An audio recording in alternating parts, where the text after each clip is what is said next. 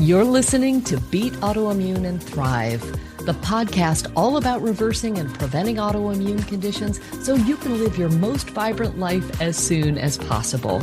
We talk about autoimmune root causes, actionable solutions, and inspirational healing stories.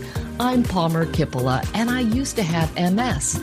Today, I'm an author, a speaker, a functional medicine certified health coach, a pickleball player, and nature lover who's helped thousands of people reclaim their health and their best lives. Let's dive into this episode. I am excited that Dr. Sangita Pedro is back with me today. She is a naturopath. She is a yoga teacher by training, and she has her own personal healing journey, which helps to fuel her passion for helping other people heal as naturally as possible. So welcome, Dr. Pedro. Hi, thank you. It's great to have you back. Today, we are going to talk about healthy detoxification and things that people can do on a daily basis to help support their healing. I think one of the biggest areas of confusion is that detoxification is like some fad. It's a juice cleanse. It's something that you do once or twice a year. Help us to understand it from your perspective. What do you think about when you think detoxification? And let's say let's give you a case study of somebody who comes into your office. Maybe she's a woman who's 50 years old, so she's on the verge of menopause. She's got autoimmune issues, and she wants some detoxification support. And what are you going to be thinking about with this woman? So I think the first thing to just remind everyone of, or maybe just clarify that detoxification is something that the human body does all day, every day. It tends to do more so at night. We are animals in the larger animal kingdom, and we're bound by laws of nature just like every other animal. And one of those laws is the circadian rhythm of a 24-hour cycle. And that 24-hour cycle, it affects our hormones, it affects detoxification, it affects how well we sleep, our energy levels, all of that sort of stuff. And so the more in line we are with that waking and sleeping cycle, our detoxification pathways are also going to follow suit. So for example, as we get closer to bedtime, we eat dinner, hopefully no later than 7.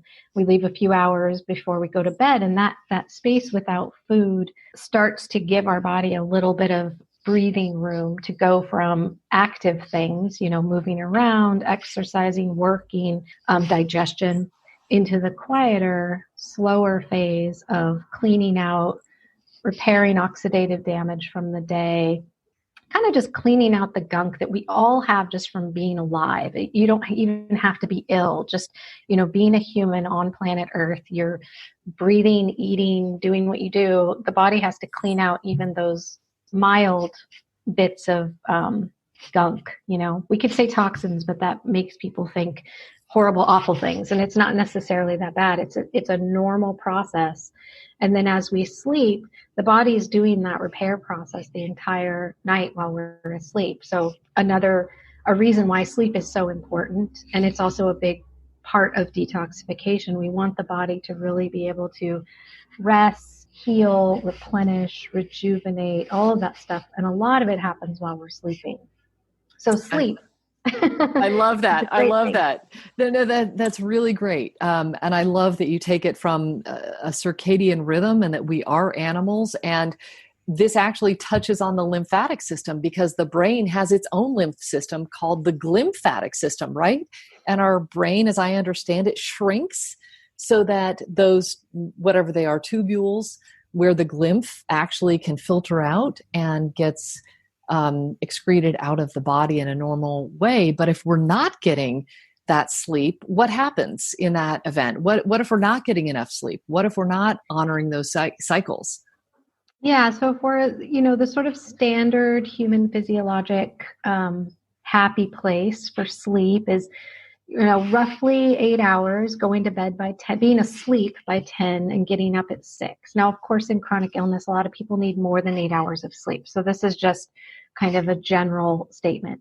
But those are the times at which, melatonin rises at 10, 6 a.m. is about when cortisol starts to come up. And so if we're getting that, then like you said, the brain and all of the rest of the lymph system while we're laying down starts to drain those toxins into the lymph channels. And a lot of it goes through the liver. A lot of, the liver has a huge part to play in breaking down these toxins and then binding them up with bile and carrying them out of the system. And if we're not getting proper sleep, if we're especially restless or waking up a lot or not able to fall asleep, that's a sign that all of those hormones that should be in balance, particularly cortisol and melatonin, if those aren't where they should be, the body thinks that it's awake, even if you're asleep. So sometimes people will even sleep heavily, but they're not really resting. They might be restless when they sleep or talking in their sleep, and they wake up feeling very groggy. That's also a sign that even though you may have been asleep, you're not getting the deep levels of rest that you need. And you need that cycle of at least 4 hours of mostly deep sleep. I mean, our sleep pattern is the first 4 hours is more deep, but less REM. And then the second is more REM, less deep. And that's normal. We should be a little more active in the morning hours, which is why we tend to dream or remember our dreams at that point. But if you're not getting a solid 4 at least in that cycle, your body won't go into that detoxification repair mode. So figuring out why is always my question. Why is someone not sleeping? Why is there inflammation? Why is there autoimmunity? And addressing whatever piece you can. And detoxification is always, always, always going to be part of that. And if someone's already pretty healthy, or like you gave the case of, the 50-year-old woman with menopausal or perimenopausal symptoms, super common. That's a really common patient in my practice. And autoimmunity. Yes, because a lot of people come in with thyroid issues. Yes, she's got Hashimoto's. She's got Hashimoto's, weight loss resistance.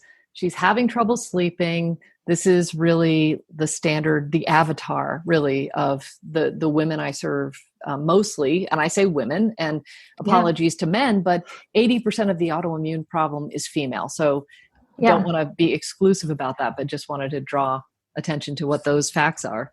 Yeah, and that it's a very common case picture. And a lot of times those women, if they don't have experience with alternative practitioners, they've really just been in the conventional world. They've probably had lots of hormone testing done, which is really usually just very minimal thyroid testing and maybe a couple female hormones.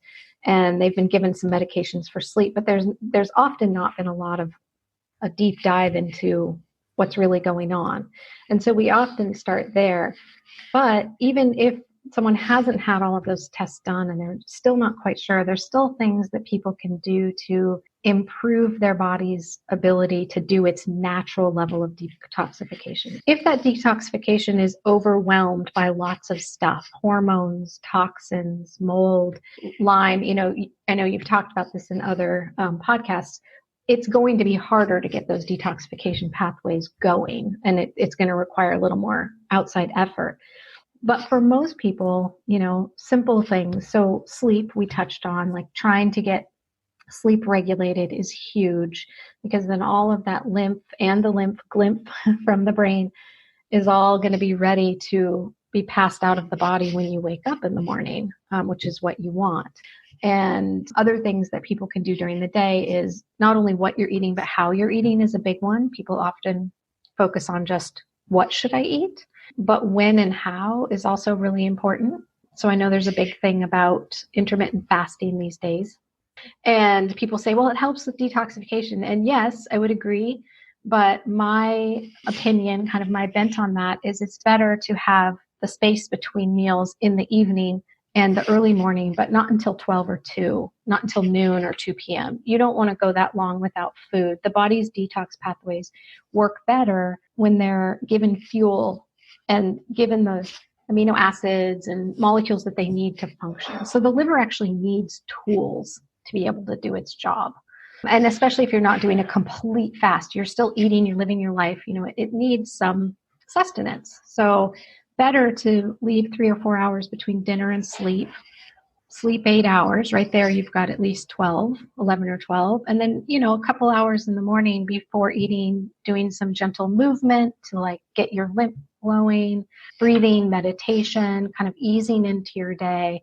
And then eating within, 2 or so hours of waking up. And then you've got that 14 hours naturally. And that does allow the body to continue its detox process without starving the system or keeping the metabolism slow. Because you also want to let the body work at its normal rate. You don't want it to turn off its digestion or its metabolic processes. You want the system to keep going in order to get things out of the body. Right, right. Oh, I'm so glad you mentioned intermittent fasting too, because this is also making me think of a couple of things. It brings up the idea of stress, for example, and also the idea that sometimes women have a harder time with it because we are programmed to have babies, and the body biologically, we don't do that well with super long fasts.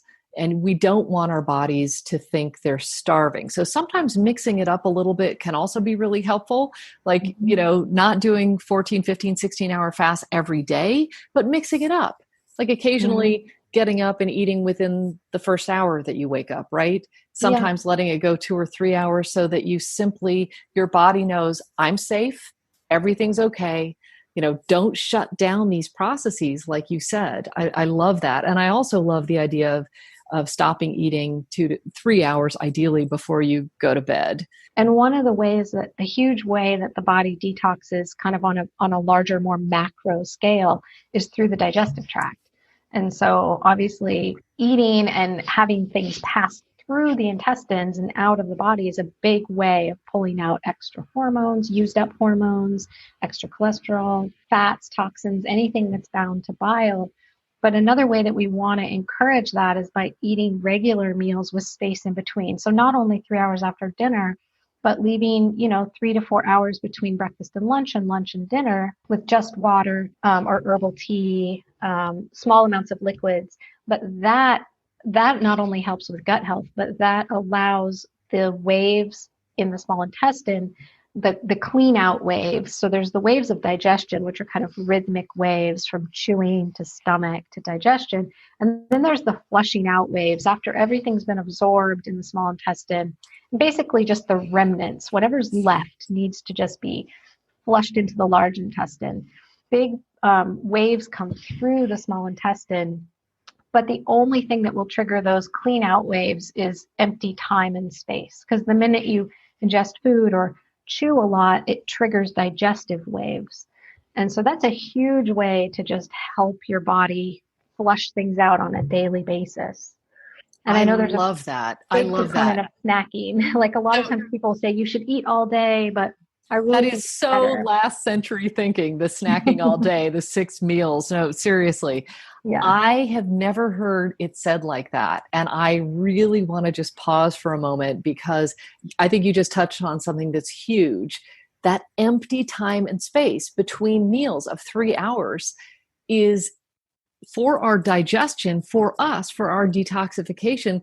But it also helps, doesn't it, to keep insulin lower, which is that insulin is one of the biggest baddies when it comes to hormone imbalances. Mm-hmm. So we want to keep that insulin just at a slow, low or slow and steady so that we don't have those insulin surges. Is that part of the picture? Yep. And I would say on an insulin note too, more on the side of, I guess, what to eat. So if you're following that kind of happy, healthy detoxification for the intestines with, leaving space between meals, also you want to try and keep your blood sugar more even, which for most of us is going to mean a preponderance of fat and protein and lots of vegetables in the diet and less processed carbohydrates and sugar. And if we make an attempt to feed our bodies the things that are going to keep blood sugar even, those are also the foods that are going to give the liver what it needs to do its job. The liver needs a full complement of amino acids to be able to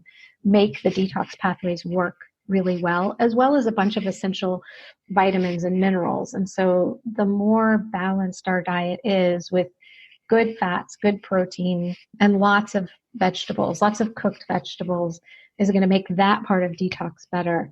And proper fats are also going to trigger gallbladder, liver, to to help each other. If the gallbladders if there's enough fat in the diet, the gallbladder will regularly squeeze. And so stones won't form, sludge won't form. You want it to regularly be squeezing out bile to help emulsify the fats. But bile is also what binds up toxins.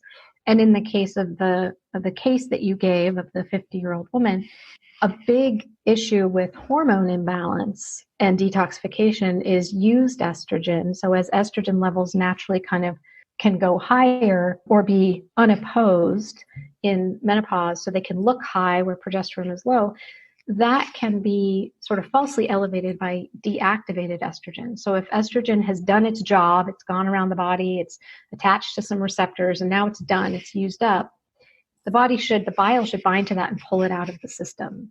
But again, if the digestive system isn't working or we're not eating quite right, there's inflammation, that estrogen can get recirculated back to the liver and cause kind of the system to get a little clogged up, that detoxification system to get a little clogged up. So fat is a good way, good healthy fats, grass-fed butter, ghee, coconut oil, olive oil. I love that you're talking about food. Let's also dig a little bit more into the amino acids that you mentioned, which people may not realize that that's actually the smallest particle of protein, right? Mm-hmm. That we break down. What proteins are made up of. Yep. What proteins are made up of. So just give us a picture. I know I believe you prefer a paleo template diet.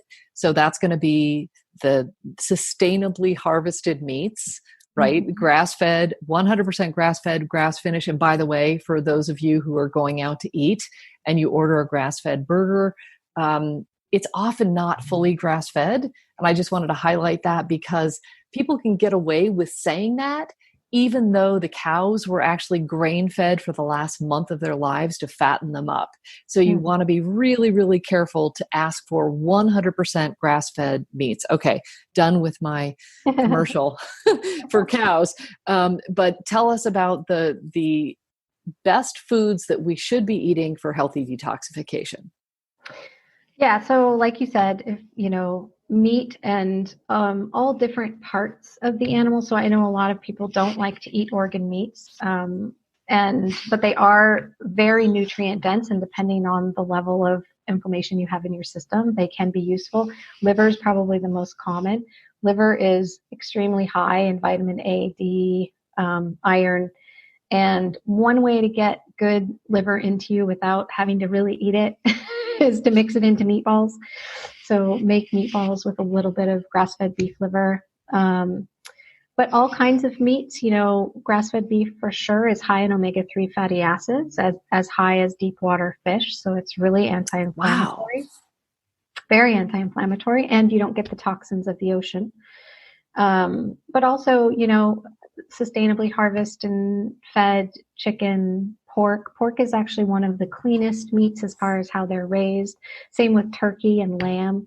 So really I always try to, remind people that we're omnivores. And so what you choose to eat is one thing, but we are designed as human beings to eat a wide variety of foods. And the wider variety of foods we eat on a monthly basis, a lot of people think they have to be perfect and they have to get the perfect meal every day. And if you think of getting the widest variety of meats and vegetables throughout the month, or even a couple of months, you're going to get all of the nutrients you need in the right ratios over time. It doesn't, every week or even every day doesn't need to be perfect. You just need to kind of shoot for that month of, good proteins. Meats are broken down into all the essential amino acids that we need. Not all proteins in the plant world have every amino acid, whereas animal products do. So for inflammation and autoimmunity, you're going to get more bang for your buck, basically. You're going to get more squeezed into a smaller space with animal proteins and fats. Got it. Thank you. That's perfect. Okay, so now we know when to eat. We have an idea of what to eat. I like to remind people to get, as you mentioned, that wide variety of vegetables. Choose the rainbow. And as you were saying earlier when we were speaking, try to challenge yourself to get a new vegetable. We do get a CSA box delivered once a week. And what's great about that is that we actually can choose what we put in there. So we have an opportunity to Mm. choose new vegetables and look up new recipes for cooking something. And you're not only getting those nutrients, but you're actually feeding your microbes in your microbiome. Yeah. And the healthiest people have the most diverse microbiome, right? So Yeah. this is when you feed your microbes and you generate that diversity, it's going to be benefiting you. We think we're human, but we're mostly microbe, right? Yeah, we are mostly bugs for sure, and I'm glad you brought that up because the microbiome in general, it's like a fingerprint, and we still probably only know this much about the true expanse of the human microbiome. It's huge, but what we do know is a lot of those microbes that we kind of are starting to realize are like a normal part of most people's gut flora, are things that we partnered with over millennia as our diet evolved and became broader, because back in the day we only ate things that we didn't have to cook or grow, so meat that we could get, seeds, berries, nuts, that sort of stuff, and we were really our digestion was geared toward that. And then as our digestion broadened and we started growing food and processing grains and creating new foods, we had to partner with soil organisms. Basically, we would ingest some of the soil off the food we were consuming, and those bugs just set up shop and became partners with us. And now we really can't digest things like plant matter and cellulose without them. So that's a sign of a healthy gut. When you're, like you said, when your diversity is really broad, you're able to eat more foods. And often when people feel like they need to detox or they feel kind of toxic, a big part of that can be the microbiome is limited. They have a very, very small subset of microbes. And so they can really only eat the foods that those bugs are helping them digest. And what feeds all the bugs in our gut is fiber, a wide range of soluble and insoluble fiber, which, yes, comes from all kinds of plant matter, but also grains. Really, grains get a bad rap, and carbohydrates in general, but in a healthy system, when our gut microbes are balanced and we're not having autoimmunity, we can add grains back in. The fiber that's in grains is different from plant matter, and a little bit of grain actually does help with that diversity. Whole grains, not pasta and crackers and all the things we love, burger buns. Interesting. Yeah, so that's the holy grail of being able to add grains back into the diet once we have more healing. A better microbiome is something to maybe look forward to, and maybe we sprout and soak those grains to make them even more digestible. Okay, so we talked about food and fiber. You mentioned soil organisms, so that caused me to think about soil-based probiotics, because I want to transition into talking about supplements. People are going to want to know, what can I do to help improve detoxification? And maybe you can touch on those soil-based organisms to start with. Yeah, so I think it's always great to improve our microbiome however we can. So eating the foods that feed those good bugs, staying away from the things that don't. Obviously, sugar, alcohol, processed carbohydrates are kind of the top of the pile. And then replenishing the ones that we've lost over time, maybe through inflammation or antibiotic use or whatever. The one caveat with probiotics, and soil organisms are probably the safest in this regard, but probiotics can make some gut imbalances worse. So sometimes people will say, oh, I've tried to take probiotics and they cause gut cramping or bloating. And if that's your case, then there might be something else going on. But if you can take them just fine and they don't seem to bother you, soil organisms are great because they come in spore form. So, spores are things that haven't seeded and grown yet. They're sort of an inactive form. Whereas probiotics that come refrigerated, the ones we classically think of, like lactobacillus that's in yogurt, those are live cultures. They have to be kept alive in a refrigerator, and they also have to be kept alive in our digestion to get to where we want them to go, which can be a little trickier. Soil organisms don't need to be refrigerated. They tend to bypass the small intestine, which is great because that can be a place where people have dysfunction or things can get stuck where they shouldn't be. And they help seed and create good terrain in the large intestine. So they sort of set up a healthy habitat for all of those other things that you know about, like lactobacillus and bifidobacterium and all the kind of, if you look at the back of a probiotic label, probably that's in your refrigerator right now, you'll see all those common names. those need a healthy place to land. And so often what I'll do is do both. Soil organisms, if people have sensitivity, are a great way to start. And there's lots of them out there now, but Megaspore is my favorite just because they've been around a long time. They were the first one on the market, and they're really well researched and pretty well tolerated by most people. But I'll often do that in combination with a standard probiotic. If people are kind of in that replenish, regenerate phase. And good microbes help us with detox because they also help bind up toxins in the gut. They help eliminate endotoxins or toxins from other bacteria and bind those. So yeah, soil organisms are great. And you can also take them anytime. It doesn't have to be with food. Standard probiotics are better taken with food because the acid in our stomach protects them and helps them get to where they need to go. But they both can be useful, as well as Saccharomyces boulardii, which I'm sure some people have heard of, the big long name that none of my patients can ever pronounce. That's a great one to help outcompete yeast. It helps absorb toxins in the gut. So for detoxification, especially if there is some gut sensitivity or imbalance, that one can also really help. And it also just sets up terrain, kind of a placeholder that keeps yeast from taking hold. So all of those can be very helpful. Oh, that's great. Any other favorite supplements that you like for detoxification? I'm also thinking that many of us are very low in the master antioxidant glutathione. Is that something that you would typically recommend, or talk about your standard go-to when it comes to helping people detox safely? Yeah, so glutathione is something that our liver makes by itself, but in order to do that, it needs the proper precursors, and acetylcysteine is a big one. But if the system is damaged or overly inflamed, or there's a lot of chronic illness, then yes, glutathione can be low because the body can't keep up with demand. Basically, there's too much inflammation to deal with and not enough glutathione to go around. And so in my more chronic patients, for sure, I'll use glutathione supplementation.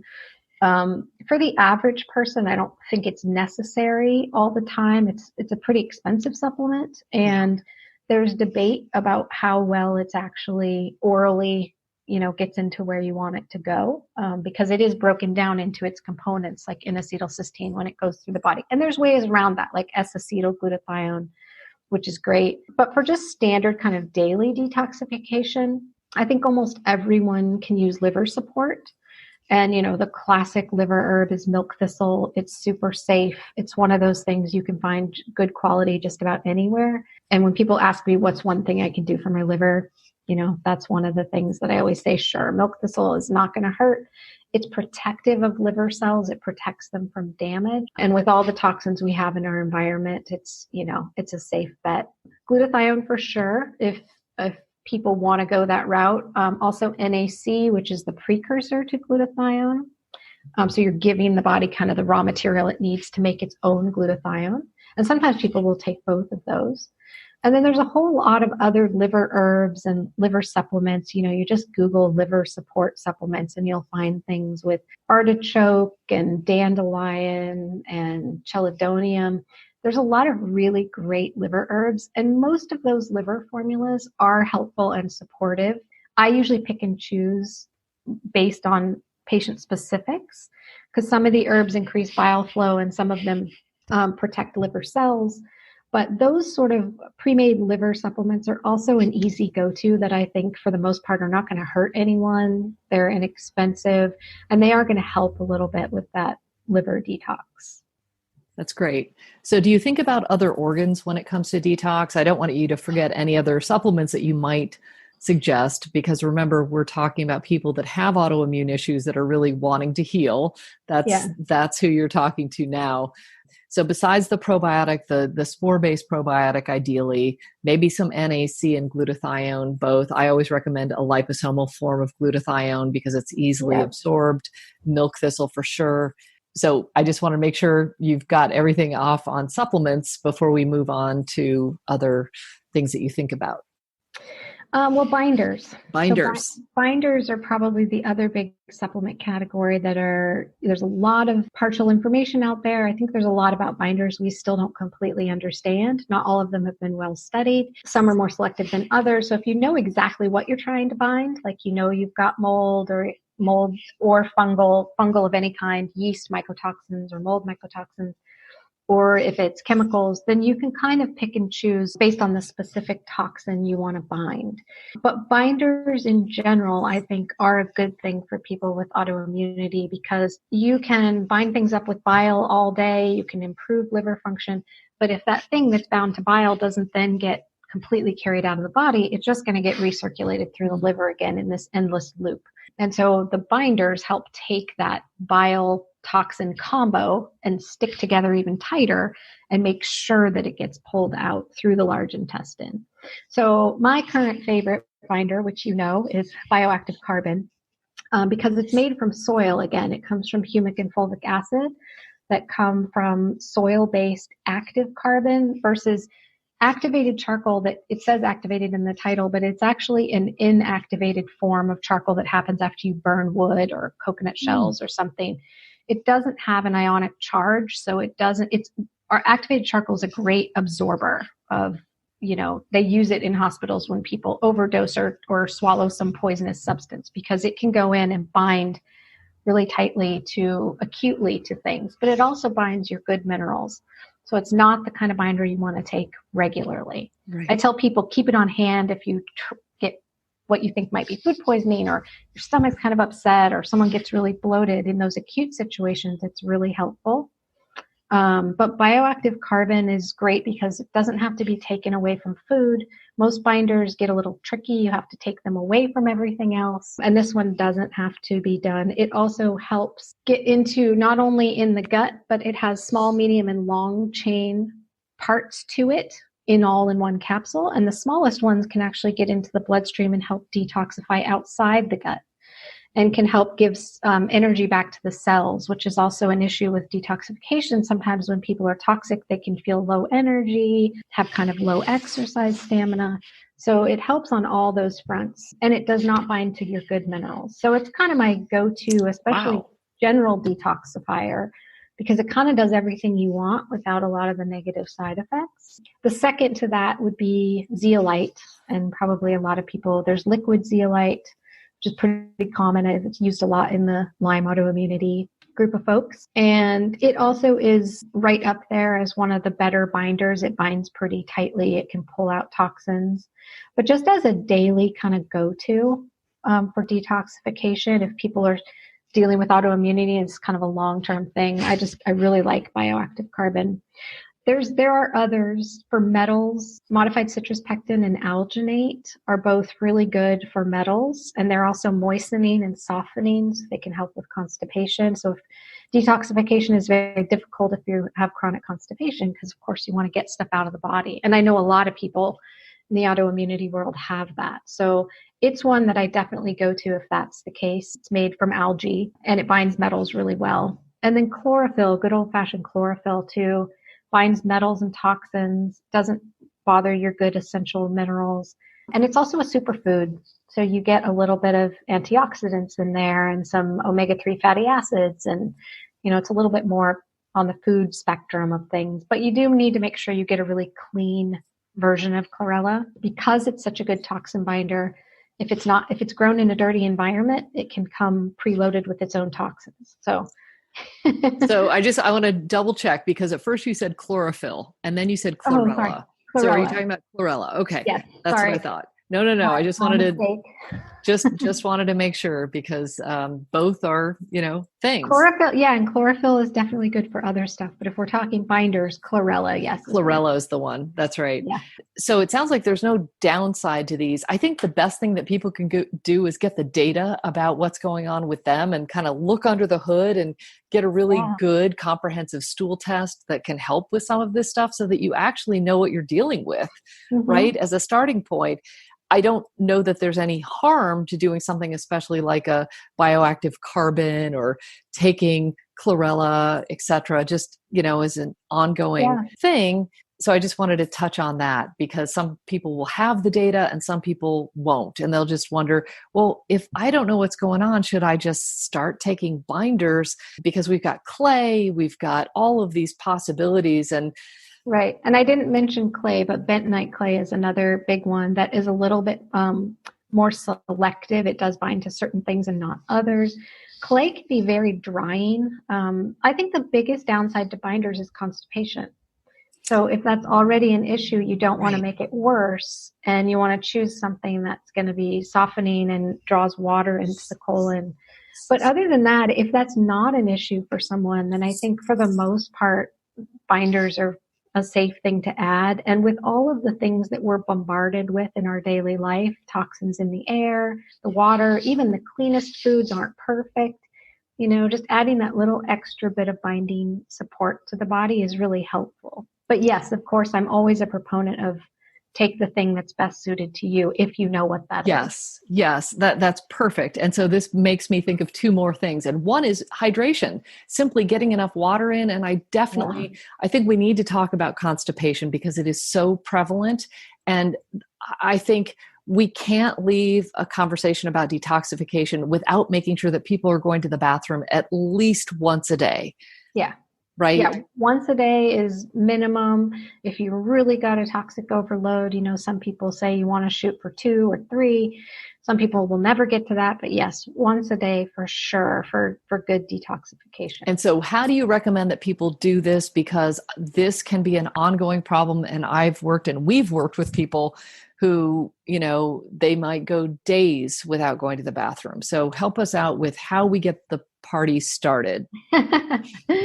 Yeah, so there are a lot. This is probably one of the biggest supplement markets out there. Like if you just Google stuff, there's so many products. And my own personal experience and experience with patients with this is that it is very challenging. And if it's something chronic and someone is getting a full workup and they know that they've got, let's make up a patient that they know they've got mold exposure and mycotoxins, they've been exposed to Lyme disease, and they've got some digestive symptoms and some hormonal imbalance, but they've never had a stool test done.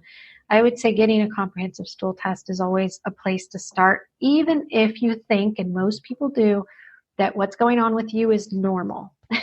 So we tend to normalize whatever we feel. Like I had for example, a conversation with a patient yesterday. She said, "Oh no, my digestion just seems fine. Occasionally I have urgent diarrhea, but that's normal." And it had been going on for 20 years, but she just thought that was her normal way of being in the world, and it didn't occur to her. Or another patient who's like, "Oh, I only have a bowel movement every 3 days." Right. It's been like that for, 15 years. And I feel fine. Right. And I think no digestive symptoms. Yes. Right. And people will often think that their digestive system is fine. So even if you're one of those people that falls into the category of, I don't feel like my stomach is the problem, I don't have any digestive symptoms, do the stool test anyways, because 99% of the time something will come back. At the very least, good microbes are too low, digestive function is depleted. And with chronic constipation, I know you know me, Palmer, so I love to talk about parasites, but with chronic constipation that just will not resolve, especially when you've done the tests and treatment, don't overlook the possibility of parasites. Keep looking deeper for something that's getting in the way of those good microbes setting up shop and helping you with detoxification. Because in my experience, when you really can find that balance of healthy microbiome, the constipation will correct itself. And in the short term, while you're working on that, there are definitely things people can take. So magnesium is probably the most common one. Oxide, citrate, glycinate, so many different kinds. Oxide pulls the most water into the colon, citrate's the next, and then glycinate is more absorbed into the tissues. So usually people with very, very stubborn constipation have to take some version of oxide or citrate combo.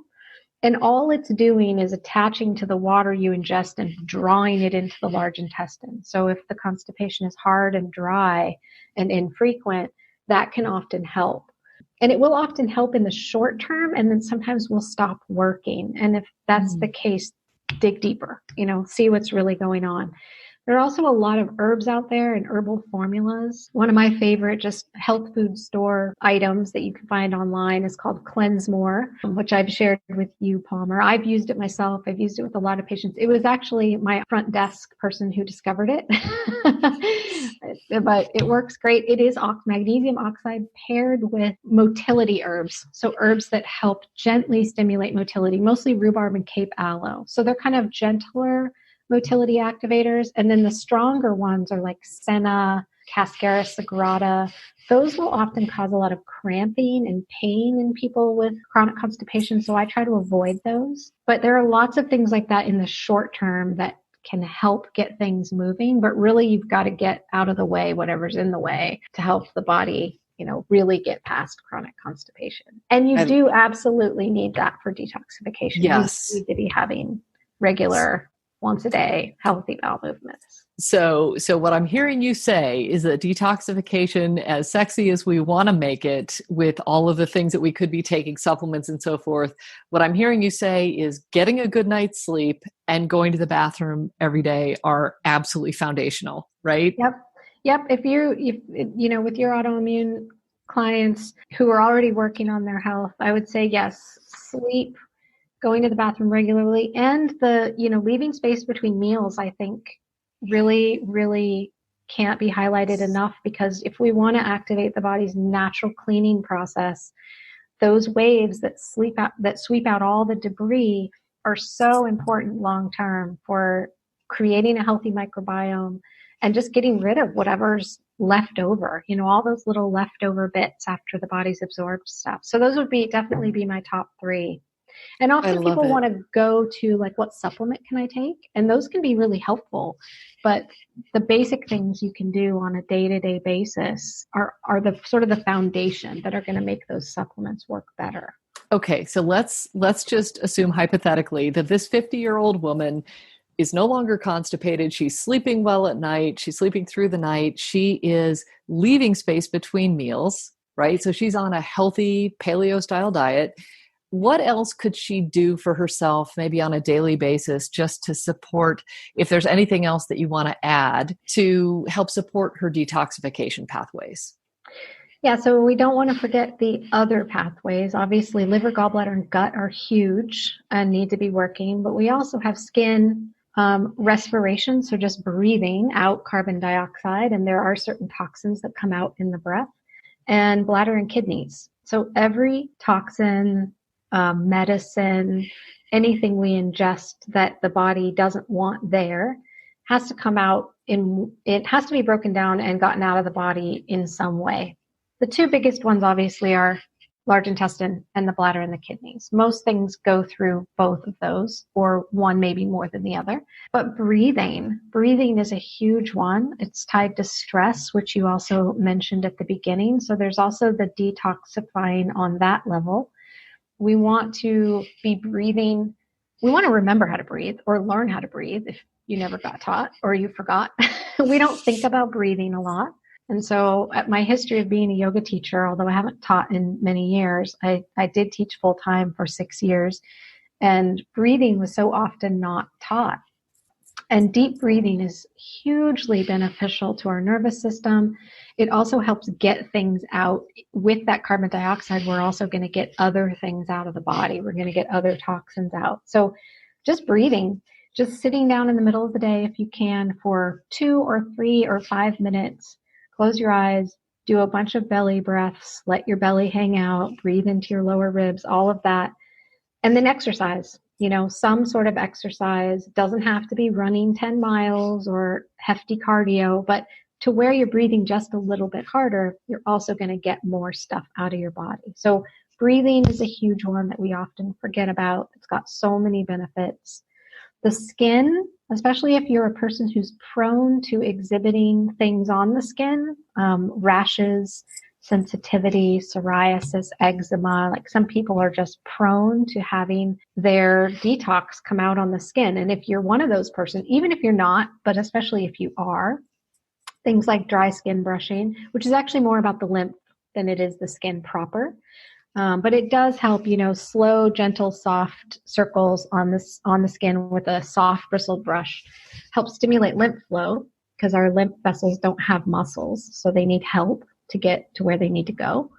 And it also helps just exfoliate that tiny little bit of dead skin cells on the surface so things can come both in and out. And then for the skin or things that can go through the skin, anything that involves bathing, saunas, infrared saunas, regular saunas. The thing with saunas or baths is you always want to end with cool. Doesn't have to be ice cold, but once you're warmed up, you want to rinse off in a cool shower and then dry off quickly and bundle up. And if you're chilled, make sure you bundle up and go to bed. But that cool water after hot creates blood flow to the surface of the skin when you're hot. Cold causes those vessels to contract and go back to the center. And then the minute you dry off, your body warms up again and flushes it back out to the surface. So you get this literal flushing of fresh blood to the organs and back out to the surface. So always just finish with a little bit of cool water. And with baths, you can do Epsom salt, everyone knows about. Super great to absorb magnesium, help with sore muscles. And also my favorite detox bath is a cup of sea salt and a cup of baking soda. So if people are feeling a little bit more toxic, maybe they're doing some more active detoxification, they're feeling kind of run down, it helps alkalinize our tissues and helps speed up that detoxification process in the body. And it feels nice on the skin too. So how much sea salt and how much baking soda? 1 cup of each. 1 cup of each. Yep, Simple enough. Warm bath. Yeah. Do you add any essential oils in there? Essential oils, you can always add whatever you like. Calming, soothing things are great, of course, but anything that someone likes for, respiratory stuff, any of the trees, eucalyptus, pine, fir, all those sorts of things are great for the lungs. And then calming, of course, chamomile, lavender, that sort of stuff. And then one last skin thing. Yes, please. Skin and lymph, both. So traditional Ayurvedic Abhyanga, which is body oil massaging. So you coat your whole body in oil. There's more to it than that. And you can actually look it up. I think on Banyan Botanicals website, they've got a great overview of how to really do Abhyanga. It's basically self-massage with particular oils, sesame, sunflower, coconut, and depending on your constitution, you can use different oils, and they talk about that. You can also add essential oils, but it's a pretty firm, all over kind of slow body massage where you're just coating your whole body in oil, and then you let it sit, and then you can either take a bath or shower after Abhyanga, but you don't want to wash the oil off your body. You just want the hot water to rinse it off and let it kind of soak into your tissues. And that oil also helps with lymph. And the massage helps with lymph flow. And then the oils themselves have healing properties and stimulating properties to our immune system. And it feels really nice. It takes a while and it's messy. And you want to do it with warm oil. But it's a great self-care, especially if you're feeling run down or tired or depleted or dry. It's such a great way to help with all of that. Oh my goodness. I was giggling a little bit before because when you were talking about all of these things like the bath, the sea salt with the baking soda and the essential oils, I was starting to feel so relaxed. I'm standing up at my desk. So I have a standing desk and my knees are like, literally, I'm starting to melt a little bit like hot oil myself because all of the stuff that we've been talking about, the deep breathing, the deep belly breathing, this is such easy stuff. You can do this. And I'm glad you brought that up too about feeling relaxed. When we're relaxed externally and internally, we detoxify better because the detoxification systems, if you're really tense and your nervous system is on hyperdrive, your body's not going to feel like it's the same thing like with sleep. If you're not really getting into that deep, relaxed sleep, your body doesn't have the energy to detoxify. It needs all of those high energy systems like digestion to be off or in slow mode so that it can go into detoxification. And that same thing goes for the daytime. The more we can do things that are calming to our nervous system, even if we feel tense from time to time, we can counteract that with something calming. All of those natural bodily detoxification processes are just going to work better. And all these things we're doing to assist them are going to work better. So yes, low stress, relax. The heart is the hardest part.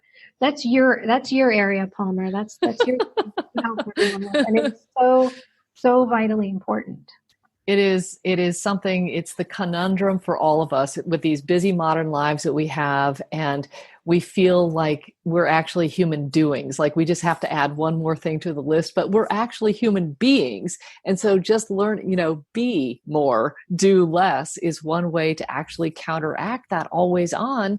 And frankly, we only heal in the relaxation response. We don't heal in the stress reaction. Yeah. It shouldn't even be called the stress response. It's a reaction. So, and that doesn't take any practice. The stress reaction just happens automatically. But we need these practices to slow down. And we have studied breathing, and I will constantly remind people just to take 3 deep, slow breaths into the belly, in through the nose, which is super important to how we breathe. So yeah. I love this. This has been hugely impactful and important. And it just gets back to these basics. When we give our bodies what they need, we remove the bad stuff and just allow for it to heal. I mean, our bodies were built to detoxify properly. True, we've never faced the onslaught of toxins in our environment, but there's so much that we can do. And I constantly want to be reminding people and giving people hope that there is so much that can be done to bring us back to balance. Yeah, there are so many little things you could do, and it really becomes a lifestyle. You just get used to the change in eating, of how and what, and hopefully build in those relaxation things so that they're second nature. The toughest part with that is often because we are workers and doers, is we try to schedule in our relaxation or schedule in our calm practice moments, and which sometimes you literally have to do because you're busy. But one thing that I really like to remind myself to do is to just sit and do nothing. Don't even do a practice. Don't even breathe. Just sit in a chair or sit in your backyard. Just sit and do nothing. And it's really hard for people to do because they feel like they should be, even if they should be meditating or there's something they should be doing, but just try to do nothing and see what happens. They're shoulding all over themselves. Yeah, right? Exactly. Right. And I do it too. We all do it. I am guilty. But the idea of just sitting, and this is why in some of the things that I write about, the word meditation can be very off-putting to people who don't do it and have never done it. And they think this is something reserved for those who have the time to go be in a cave. And, I've got a family or kids, and who has time to meditate? Just sit. So I think we've got a branding problem that if we can just, and sometimes it's true that when you just sit, that tears come up. And sometimes we don't know what to do with this, but that's part of the healing process too, is allowing things to just come up and through us. That's a way to detoxify our emotions. So I love that we're ending on that part. Yeah. Anything else that you would like to add to this conversation? No, I think that was good. I think we covered a lot. Oh man, Hopefully this is it will be rich. Useful to people. I believe it will be useful and people will listen a couple of times. I'm so grateful to you, Dr. Pedro. Thank you for being with me today and for sharing your just profound wisdom about how to really work with nature to allow our bodies to get back into balance, because that's where we thrive. And so I really, really want to thank you and hope you'll come back and see us again sometime soon. I would love to. Thank you so much. All right. Take good care. And that's a wrap. Thanks so much for tuning in. If you enjoyed this episode, be sure to subscribe, share it with your friends and family, and if you feel inspired, please leave a quick review so other people can find it too. Now, if you want to beat autoimmune and thrive, make sure you sign up for my free video training at freeautoimmunetraining.com. That's freeautoimmunetraining.com, and watch the first video right away. Take good care. Bye for now.